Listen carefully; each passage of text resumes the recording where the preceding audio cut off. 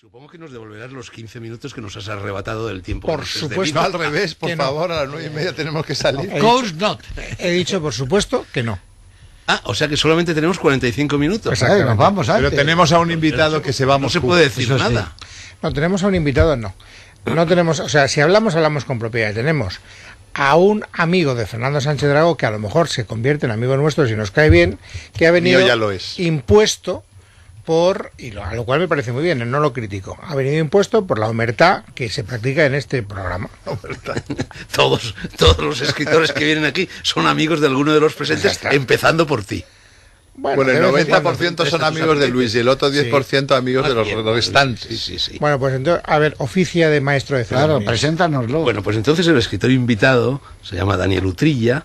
Ha sido durante 11 años corresponsal del Mundo en Moscú, sigue viviendo en Moscú, ahora ya no es corresponsal del Mundo porque quiere centrarse sobre tareas más literarias que periodísticas, el periodismo lo devoraba, y acaba de publicar este libro divertidísimo, amenísimo, calidoscópico, que aconsejo vivamente y que se llama A Moscú sin Kalashnikov, una crónica sentimental de la Rusia de Putin envuelta en papel de periódico. Bueno, lo hemos leído porque ha tenido la bondad Utrilla de mandarnos un ejemplar a cada uno. Vamos a ver, Luis Alberto, no te metas en berenjenas. Pero nuestros oyentes es no. verdad que Daniel Utrilla nos mandó el libro. ¿Tú lo has leído ya? ¿Tú lo has leído? No entero, pero lo he leído. No empecemos. ¿Qué es exactamente lo que has leído? Pues he hecho catas en el libro. O sea, He estado por ejemplo, media hora con el libro. ¿Te parece poco? No, por favor, dinos, antes de que nadie te saque nada, ¿a qué conclusiones has llegado? ¿Qué párrafos has leído? Me ha interesado mucho, por ejemplo, relacionado con un libro que me recomendó García este verano, en lo que cuando te refieres a Limonov, que debe ser un disparate de allí, ¿no? Limonov. Me gustaría preguntarte. Pero tú conoces el libro de Carrere, ¿no? Ha cogido el libro. El Limonov. No, y él lo menciona. Eso es verdad que has leído a Limonov. Que lo menciona. No lo voy a leer tu libro, porque me interesa mucho. Pero fui yo el que le aconsejó vivamente a Daniel que leyera el libro Limonov de Manuel Carrer, que es una Pero obra tú conoces a Limonov. ¿Tú lo has leído? Pero está loco. Pero queréis dejar que hable Daniel Utrilla. Limonov es un personaje residual en la oposición rusa que no deja de ser una ensaladilla difícil sobre todo porque Putin es una personalidad poliédrica, políticamente hablando.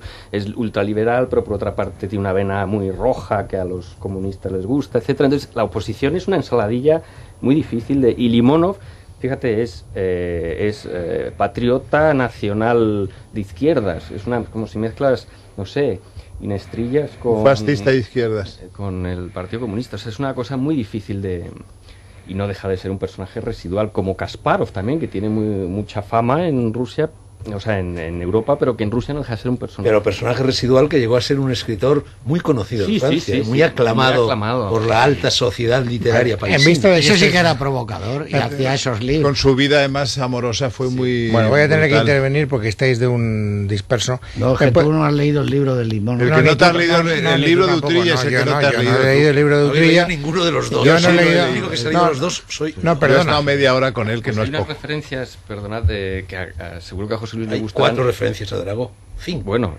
sí, pero yo quería... Tú eres del Madrid, ¿no? El libro... Este es el que dices tú que tenía... Os conté que tiene el felpudo las sábanas, todo y que tiene encima de la cama en lugar de un crucifijo. Eso te ha caído ya bien, Luis, ¿eh? Bueno, Luis, venga, ahora ya... venga, Ya te has ganado algo. ya se ha ganado. Realmente este libro es una oda, una rapsodia merengue envuelta con algunos datos de Rusia y tal para disimular. Eso pero... está bien, ¿ves tú? Eso es original y brillante. No, pero la realidad es que sí, mientras lo escribía me daba cuenta, yo me aislé completamente y lo único que a mí me interrumpía la escritura eran los partidos del Madrid. Claro. Yo estaba en Jazz Napoleana, en el bosque, rodeado de abetos. Es verdad que hablas mucho de Yasnaya Sí, Poliana, sí, que es donde... es mi Castilfrío. En este libro hay 2 pasiones. Uno es Rusia Sí. y el otro es Tolstoy.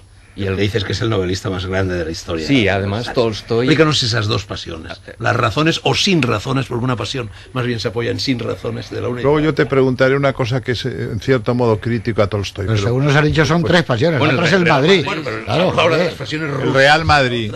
No, ahora te contesto. Lo que quería decir sobre el Real Madrid es que a medida que lo escribía me daba cuenta que mi pasión por Rusia, este libro es una búsqueda de las raíces sentimentales de mi pasión loca por Rusia. Es anterior a tu llegada a Rusia. Anterior, sí. Y entonces me di cuenta que era una pulsión eminentemente estética. De hecho, hablo mucho del cine, de las películas donde Rusia ya, desde que las veía de pequeño, se iba conformando una imagen de Rusia negativa. Por ejemplo, en Ninochka, Bela Lugosi hace de ruso, comisario ruso, que es lo que acaba de hacer Drácula. Sí, señor.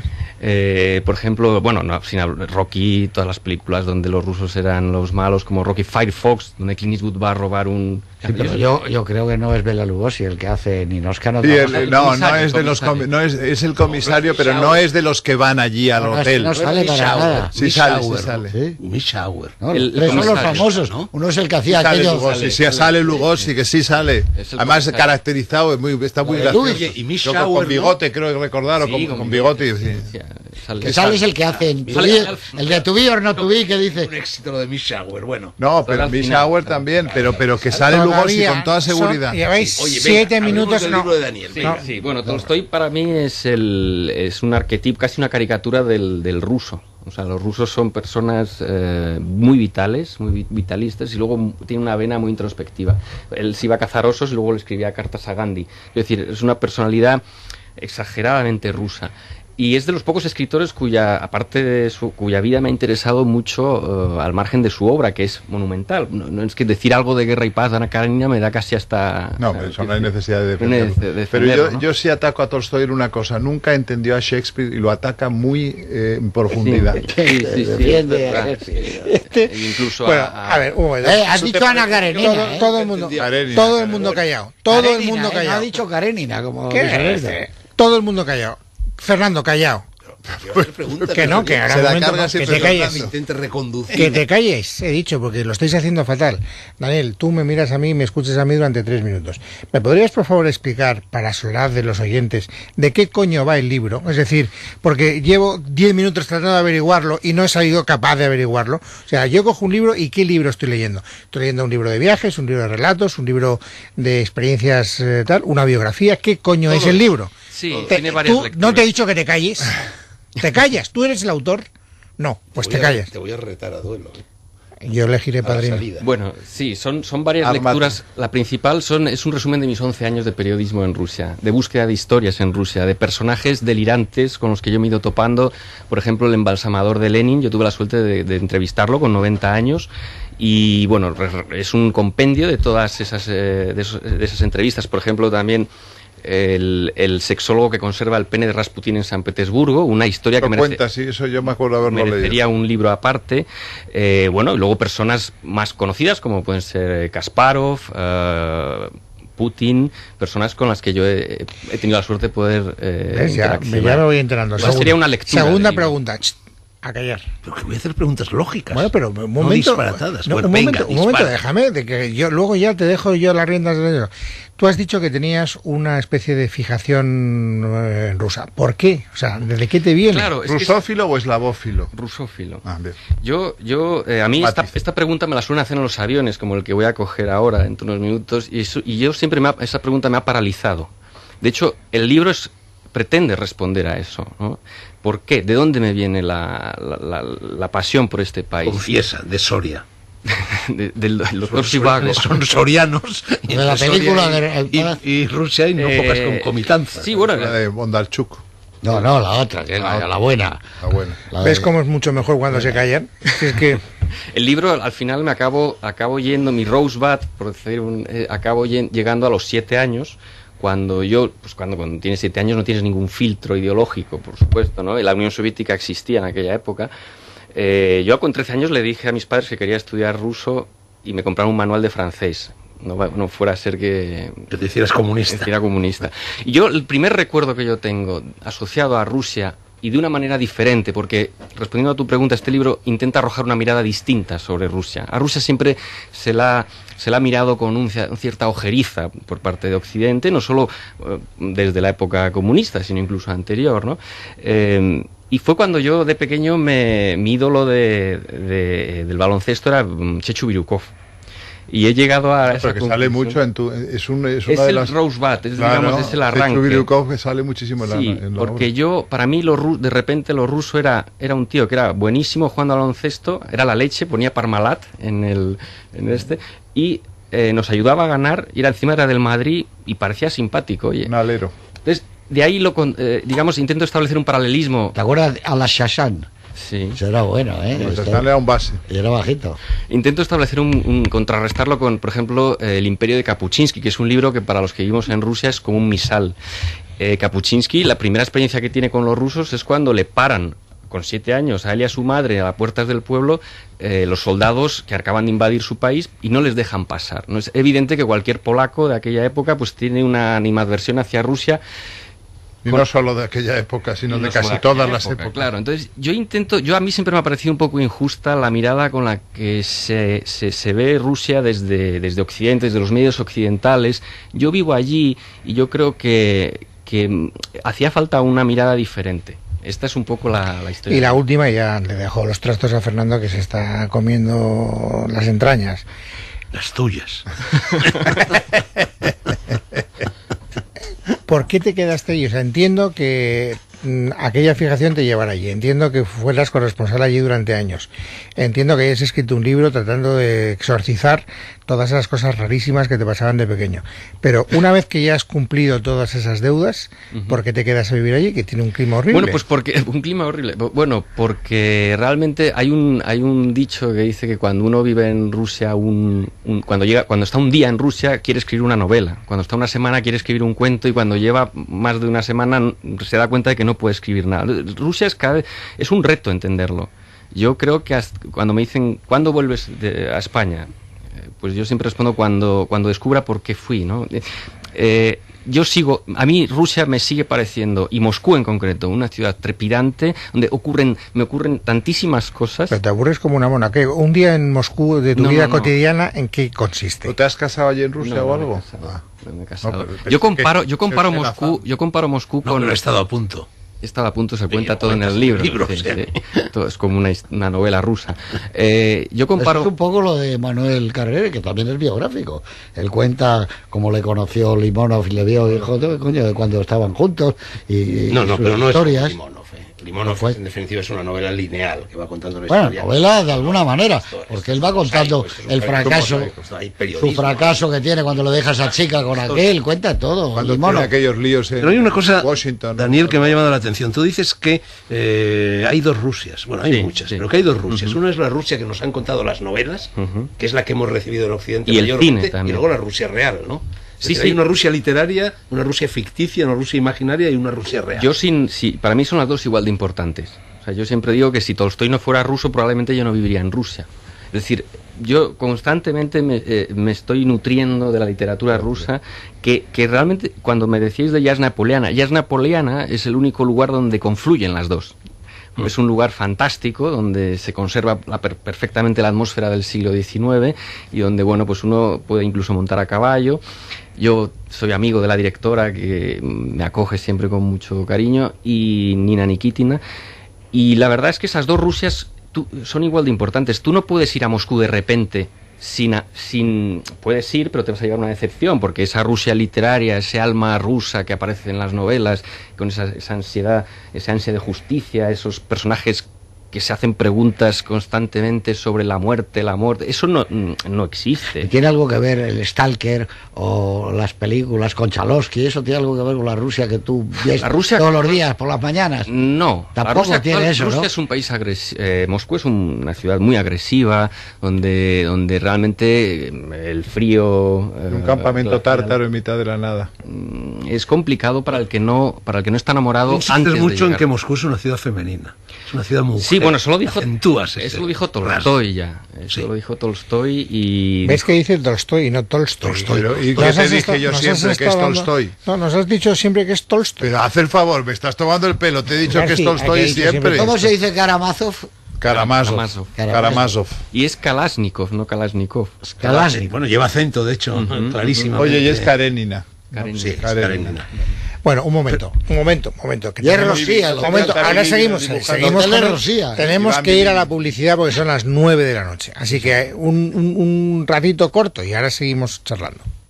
El Twitterium, con un peso atómico de 140 caracteres, se combina con el smartphone como aplicación covalente. Sucede lo mismo con el Twentilio, en ambientes tanto iósnicos como androidinos. Hay una forma mejor de aprender a usar la tecnología.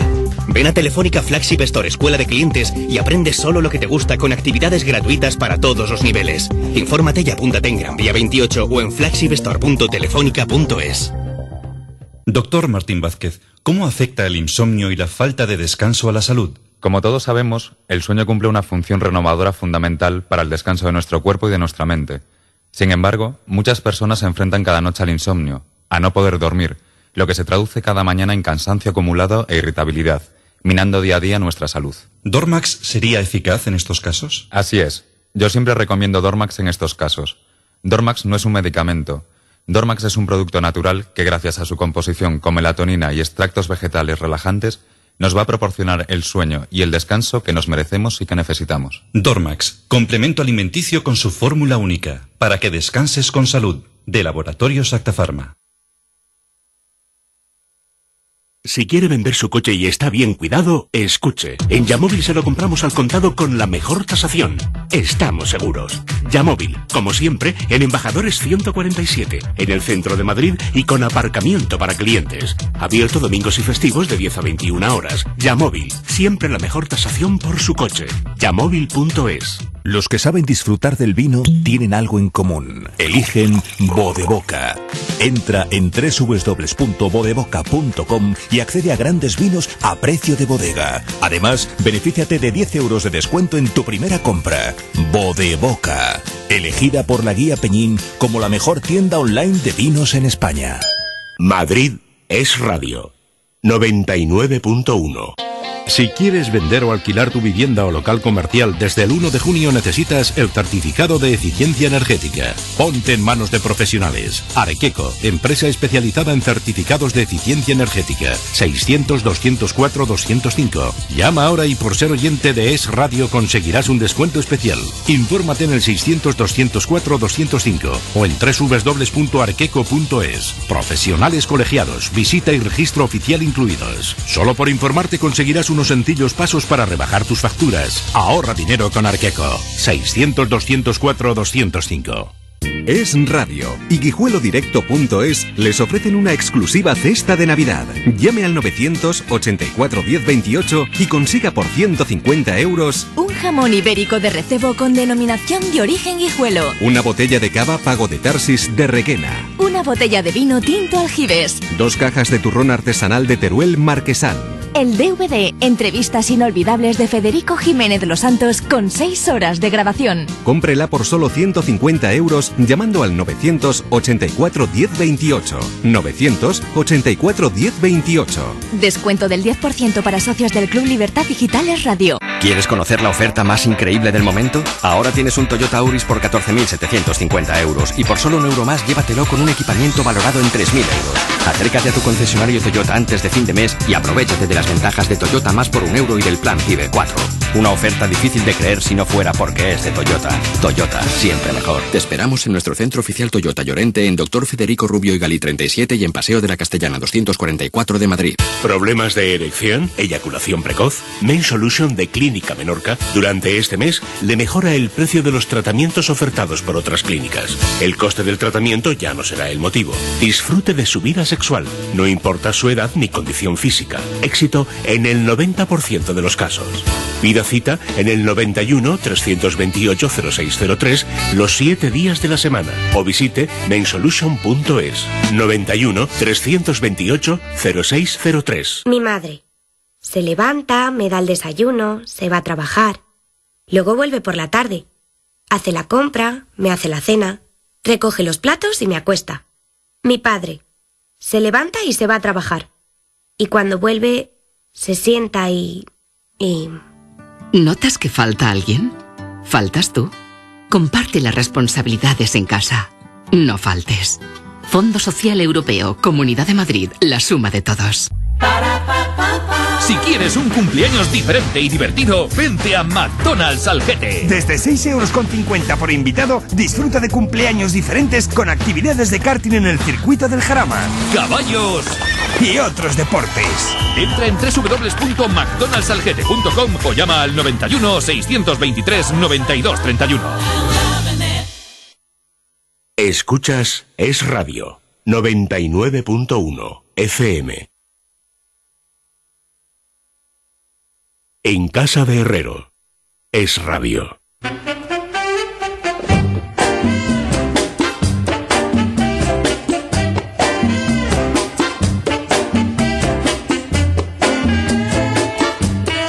Bueno, ya estamos aquí otra vez. A ver, don Fernando, ¿qué quería? Como no sea inteligente tu pregunta. Por lo pronto no hemos dicho el nombre del editor, lo cual es imperdonable, pero es que es dificilísimo. Daniel, arriba, en este libro libros del Cao, que es una editorial especializada en no ficción. Punto.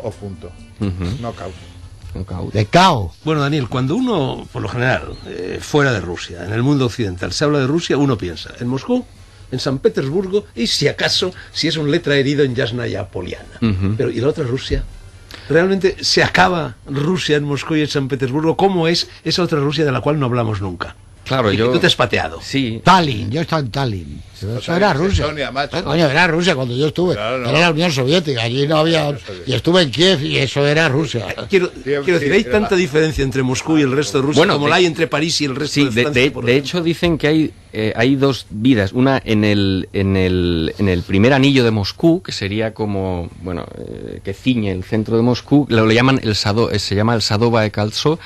Hay una vida ahí dentro, que son 10 kilómetros de diámetro, y fuera de allí. Lo otro ya son unas tinieblas exteriores. Sí, pero ¿qué tipo de vida? No me lo has querido contestar antes. Trepidante. Lo comparo con una secuencia de una película de Hitchcock, que si queréis lo digo, es la secuencia de la Noria, final de Extraños en un tren, porque es una velocidad de vértigo la que se produce. Pero en la Rusia actual, después de la caída del comunismo... Puedes dejar que acabe, porque lo de la Noria... No, pero es que para que... No entrecortéis constantemente. Yo llegué a Moscú en el año 2000, o sea, con Putin a la vez.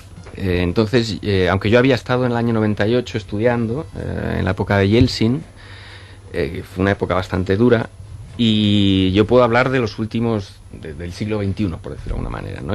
Moscú es una ciudad trepidante donde todo va demasiado deprisa, donde ocurren demasiadas cosas y los contrastes son brutales. Yo creo que para el cine, para la literatura, a mí siempre los creadores que yo he entrevistado me han dicho, yo no puedo crear fuera de Moscú. Es una ciudad tan absurda, tan llena de contrastes, de personajes como los que recojo en el libro, inventores locos, gente que busca... Hay un buscador del Yeti que me asegura que hay 30 Yetis en Kemerovo.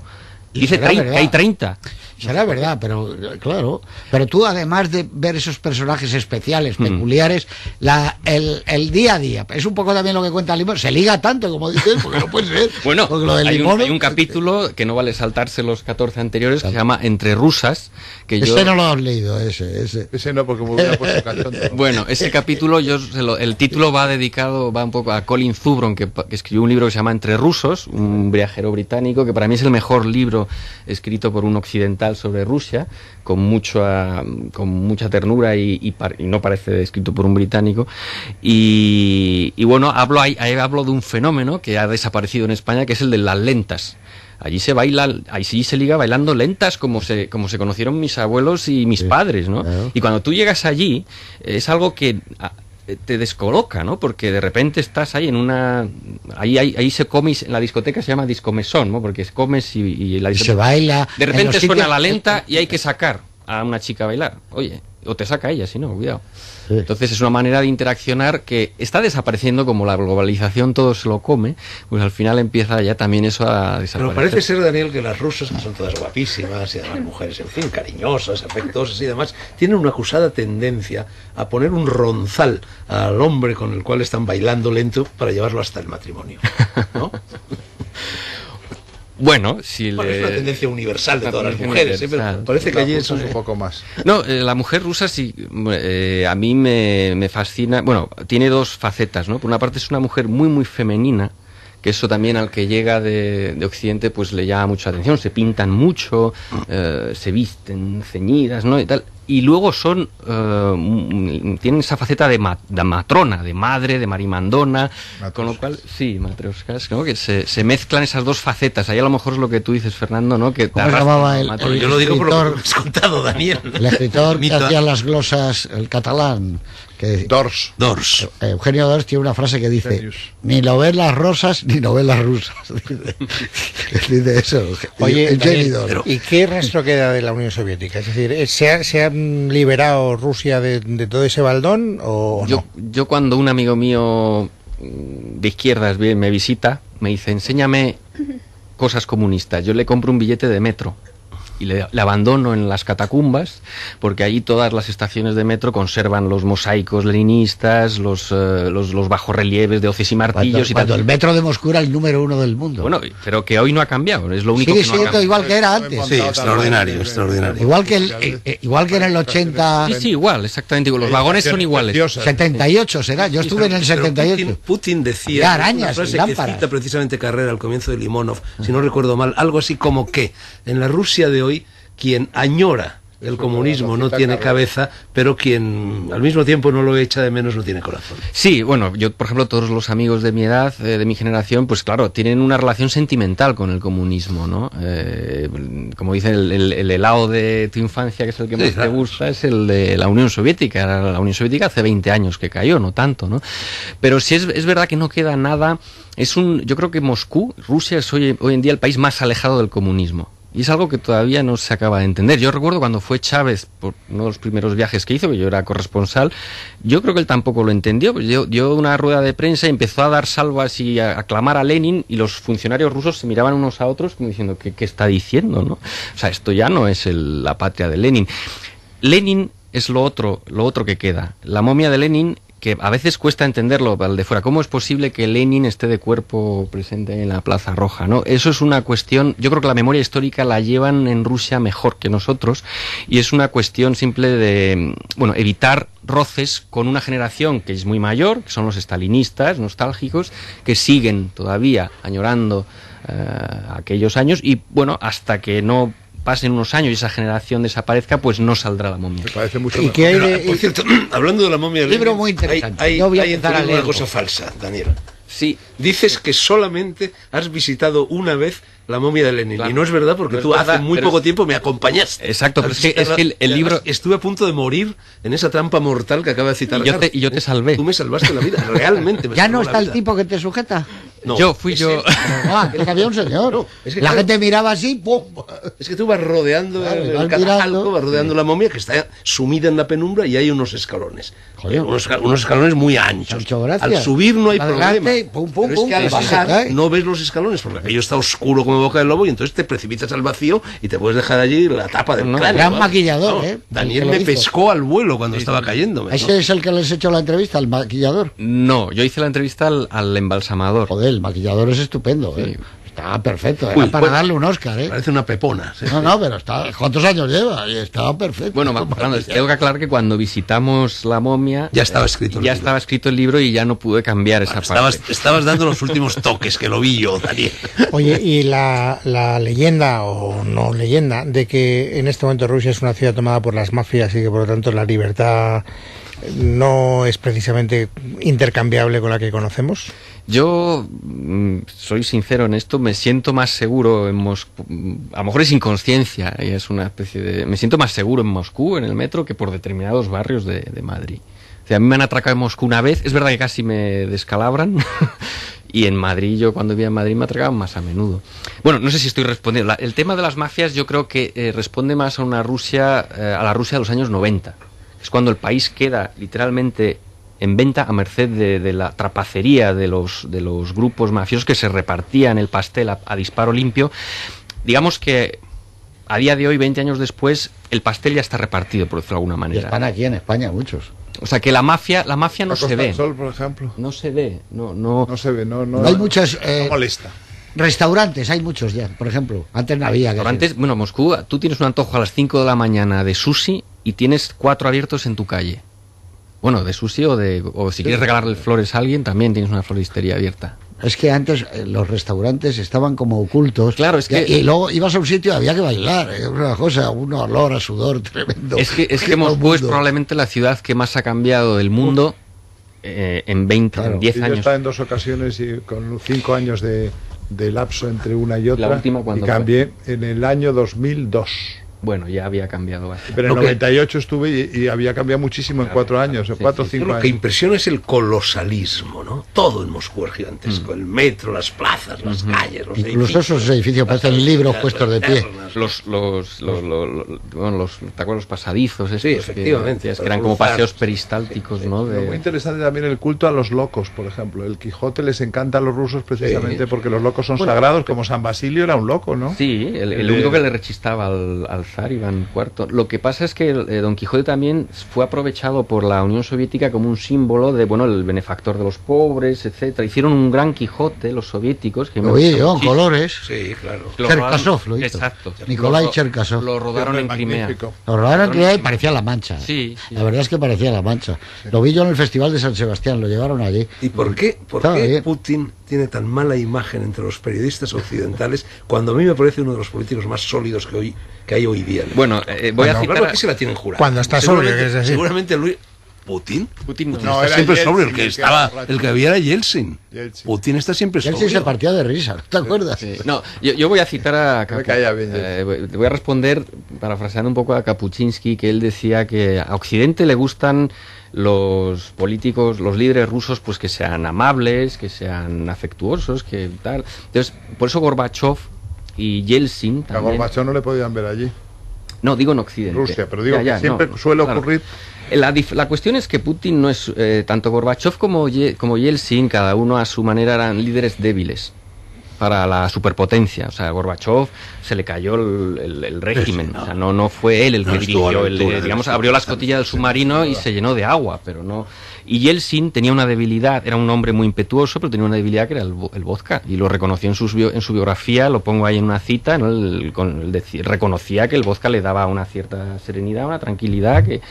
Entonces, pero en los últimos años a que le sujetaban del avión para que no... O sea, lo de Dublín lo cuentas. Lo de Dublín, que no bajó del avión porque estaba durmiendo la mona.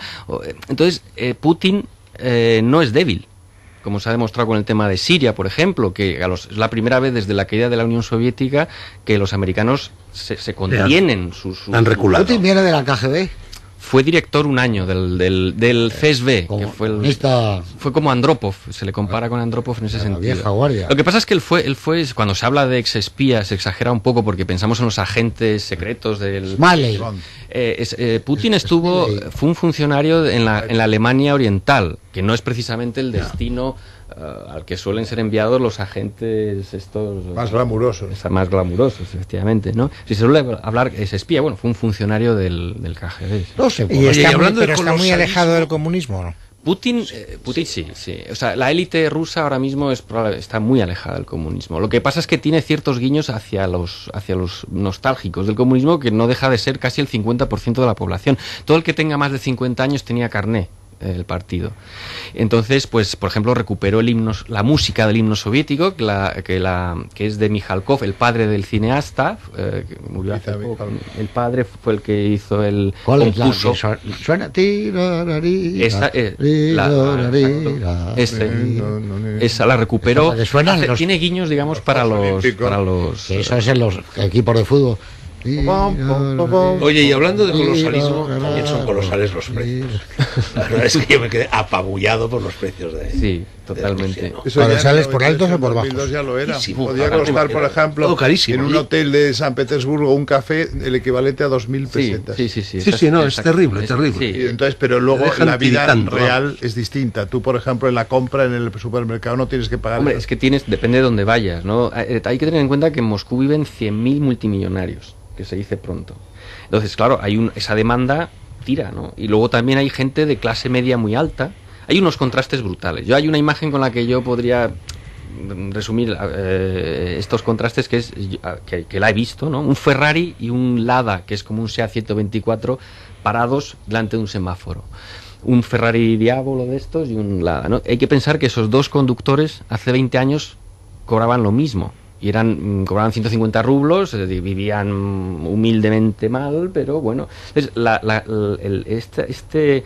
esta crisis psicológica que debe de sufrir el ruso por haber visto cómo ha estallado el sistema, el régimen, y que unos sean tan ricos. Bueno, de hecho recojo uno de los personajes. El problema de Rusia es que los personajes, las personas que te encuentras, son tan pintorescas que cuando quieres hacer literatura basta solo con consignarlos, no tienes que...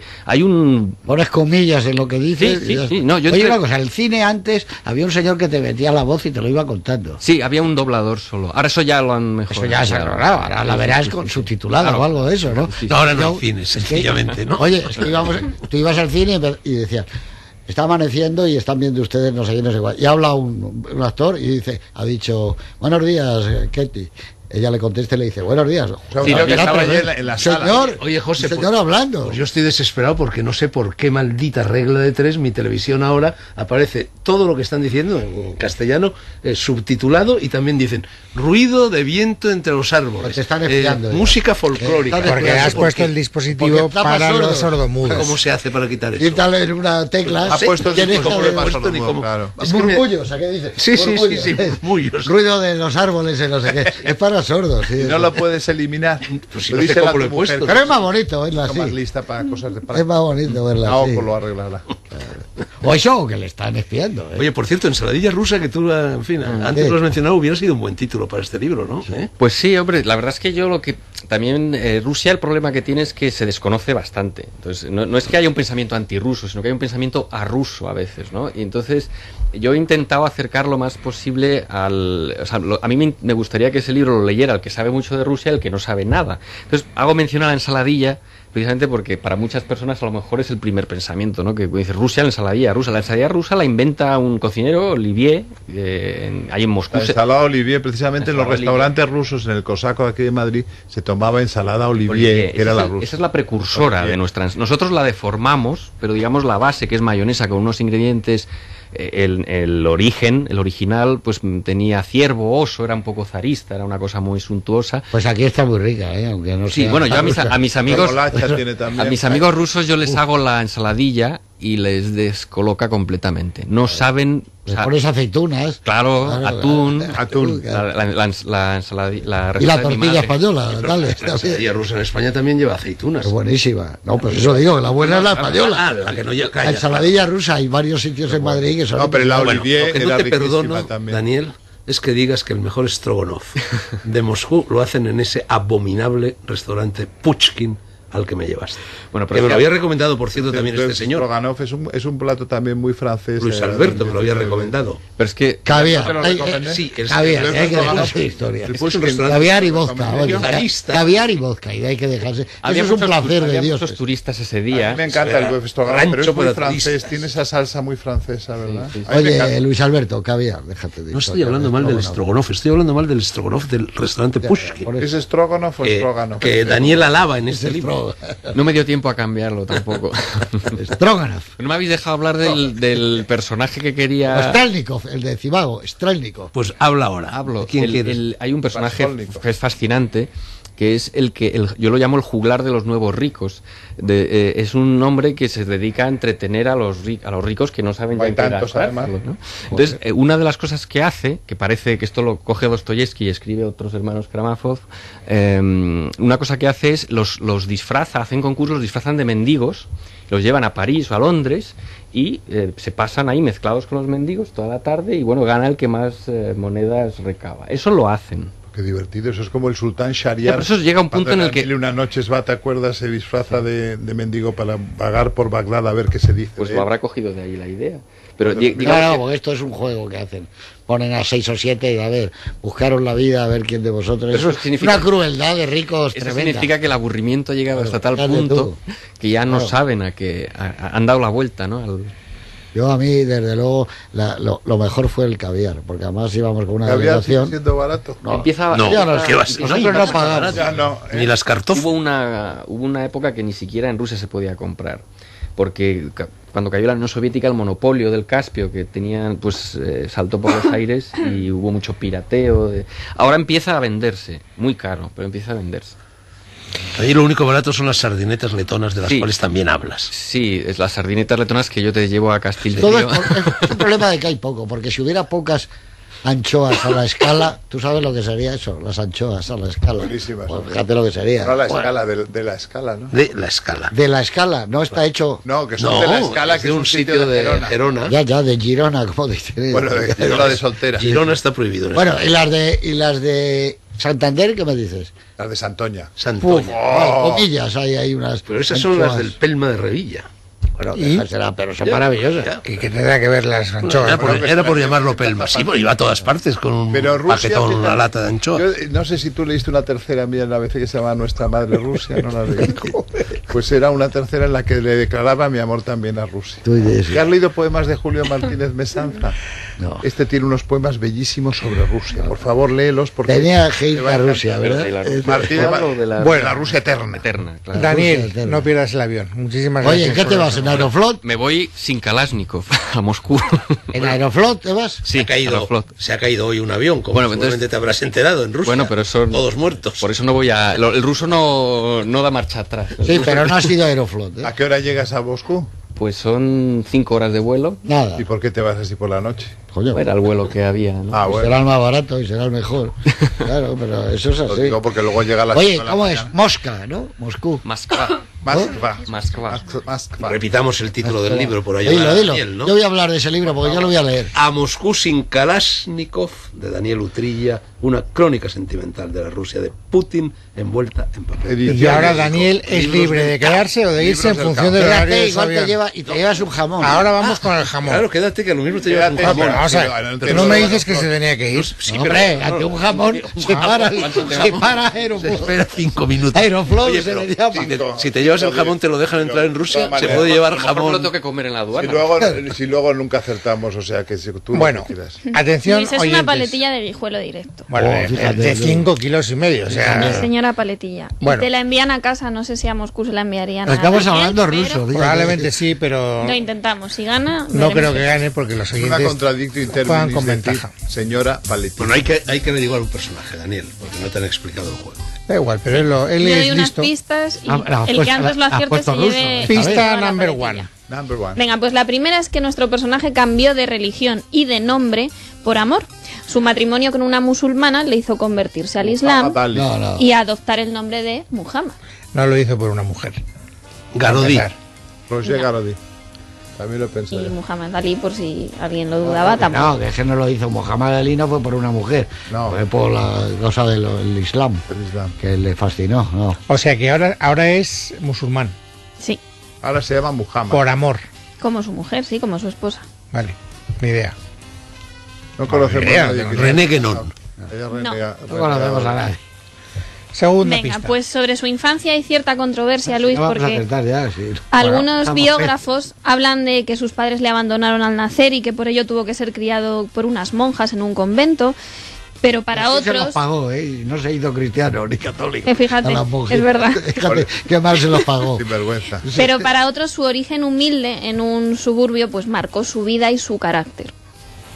Está en un suburbio también. O sea, No. las monjas al Se suburbio. crió en un suburbio y tenía por lo tanto una vida más Pero bien primero fueron las apretada. monjas Es que hay una leyenda de que le criaron unas Que es monjas. raro, ¿no? Porque hay Bueno, en actores cualquier que caso es están- varón, eso es seguro, Es pero varón. más o menos ¿qué hacía? Negro. En la vida. Escribía, cantaba. Venga, negro. os doy otra pista, que es donde, No sé, donde viene eso.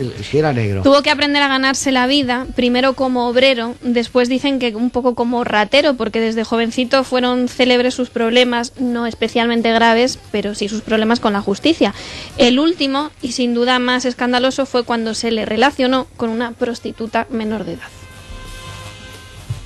Una prostituta menor de edad. Pues eso es la película de Scorsese. Y luego Hugh Grant. No. Pero Hugh Grant Polanski es no, Muhammad. porque no era prostituta, ¿no? Era menor de edad. Esto lo he leído yo hace poco, me suena Claro, ella muchísimo. pone siempre Carmen. cosas Sí, que siempre, acaban claro. Ribery, sí, muy bien, Ribery. Lo ha Ah, pero lo ha adivinado. adivinado, lo ha adivinado.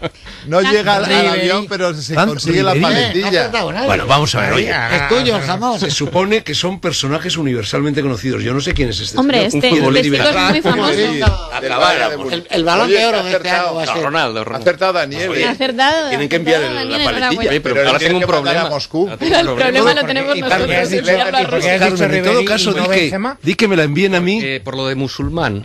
Que pero Ribery se llama Muhammad ahora. Tuvo un problema con el... No, pero no se llama Muhammad, pone Ribery en todas partes. Pero es un nombre ahora que ha adaptado un nombre islámico. Pero un nombre para él y para bueno, en cualquier caso, Fran él va a Ribery. delegar en mí para la cuestión de la Palestina. Sí, señor. Mí, ¿no? Ahora que lo dices, hoy he visto en el telediario que no sé quién ha pedido el Balón de Oro, que no sé lo que es, o para Messi, o para Cristiano, o para este Ribery. Ya está votado. Oye, Daniel, te vas con un los de Guijuelo que me envíen a mí la paletilla, que ya me encargaré yo de hacérsela llegar a Daniel. A ti un Claro, oye, yo soy el amigo de Daniel, yo soy el que he traído a Daniel aquí, yo soy el que conozco la dirección de Daniel, yo soy el que incluso he disfrutado de la hospitalidad de Daniel, así que tú eres más indicada, con todo el cariño del mundo, tú eres un reconocido muerto de hambre y te comerás el jamón. Y eso no puede ocurrir. Bueno, Daniel, cámbialo por caviar. No, pero qué cambio, no empecemos pero si no es mío, es de él, en todo caso.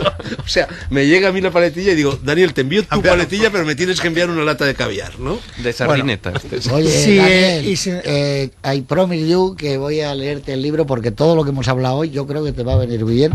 Porque si la gente piensa como pienso yo, es un libro muy interesante por todo lo que... Es muy divertido, ¿eh? La primera parte hablo mucho de cine y yo creo que te gustará las referencias a Rusia, porque yo cuando veía... puedo contar que yo en Moscú, la única televisión que veía, me la grababa mi padre, que grande es el cine y los programas de Drago, y yo he visto mucho cine. De todo el cine que o sea, te has de presentado. los dos personajes aquí. Sí, y yo siempre me fijaba en la parte rusa de las películas, que a lo mejor vosotros pues hablabais de otras cosas, yo siempre me fijaba en la parte rusa. Esto es un chantaje emocional que naturalmente... No, pero es verdad, me lo ha dicho en infinidad de ocasiones, lo he podido comprobar, que efectivamente tiene grabados todos los programas de... O sea, que si yo voy a verte a Moscú, veo el fútbol. Hombre, en pantalla que lo haya visto. Si vamos a Moscú, vemos el fútbol, eso es importante. Claro. Nos consigues un buen hotel que no sea a las 4 de la tarde en Moscú. Oye, ¿qué más te da para ver los partidos? La Champions se ve entera, ¿no? Luis Alberto, no pidas imposibles. No hay ningún buen hotel que no sea muy caro. ¿No? Oye, ¿existe el Sovetskaya? No, yo fui de político. ¿Un hotel? Bueno, no me ¿queréis largaros de una puñetera vez todos los días? Sí. Fuera. Lo han derribado. Daniel, pierdes el avión. Gracias. Y vosotros tres, largaros ya de una puñetera vez. Y yo me voy a... Vamos con él. Siempre ponemos la otra mejilla. Si nos queremos ir con el Viajes del Corte Inglés a Moscú, ¿podemos? Claro que podéis, aunque en esta ocasión Viajes del Corte Inglés propone hacer un crucero. A lo mejor sí que los hay por... Corte ruso, ¿eh? Claro, por los ríos rusos, los grandes ríos navegables. Probablemente, o sea, os podéis informar. Olga.